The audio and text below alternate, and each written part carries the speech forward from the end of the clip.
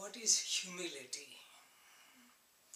Humility is not weakness. Humility is not slavery. Humility is the climax of strength. When one is strong, one has surplus, one becomes humble. This is humility. On the other hand, somebody has no strength, others humiliate them. So these are on two different poles of experience. Humility actually gives you strength. For example, trees which are very heavy, they bend down because of the weight of their fruits. In the storm, the trees which bend down survive, while the steep trees perish.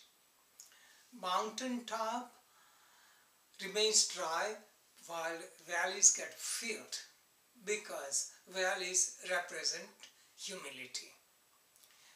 We receive by being humble. Ego prevents us from learning and growing. Our life is like a container. If your container is filled with some contents, it cannot take anything new. A disciple goes to a guru with empty cup.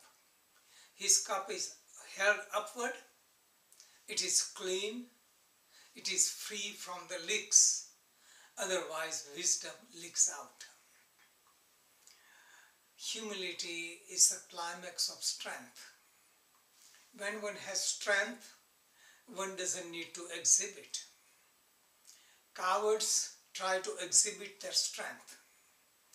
Those who are cowards carry the weapons.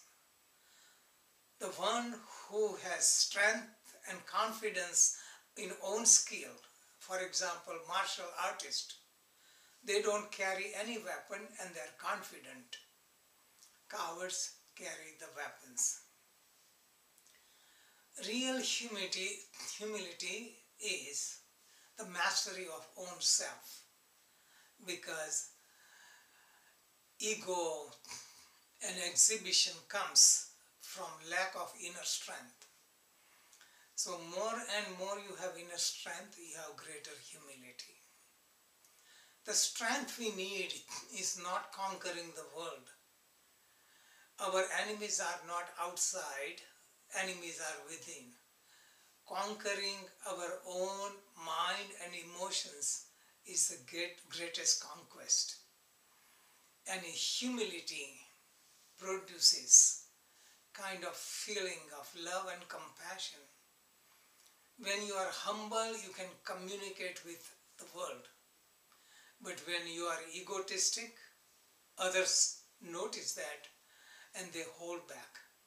So humble person becomes the best salesperson, because when you are not pushy, you are not pushing your ideas on others, others listen to you.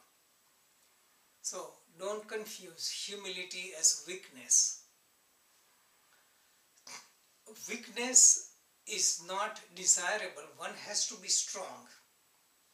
Christ says if somebody hits you on one cheek, hold the other cheek. This advice is only for advanced people.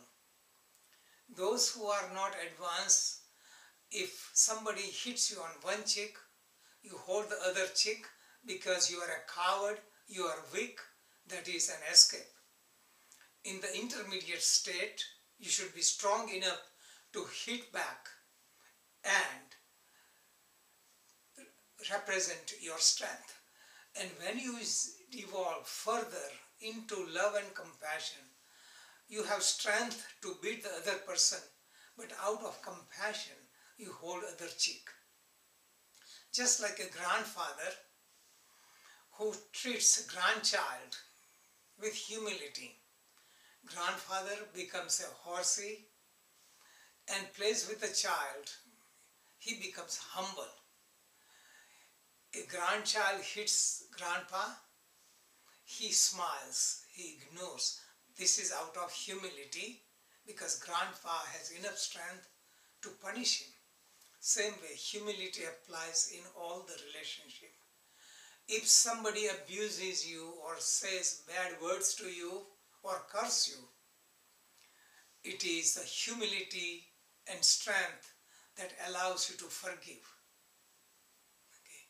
So humility also helps in forgiveness, and when we forgive, we produce good karmas, good sanskaras, and remove negative sanskaras. Jai Bhagavan.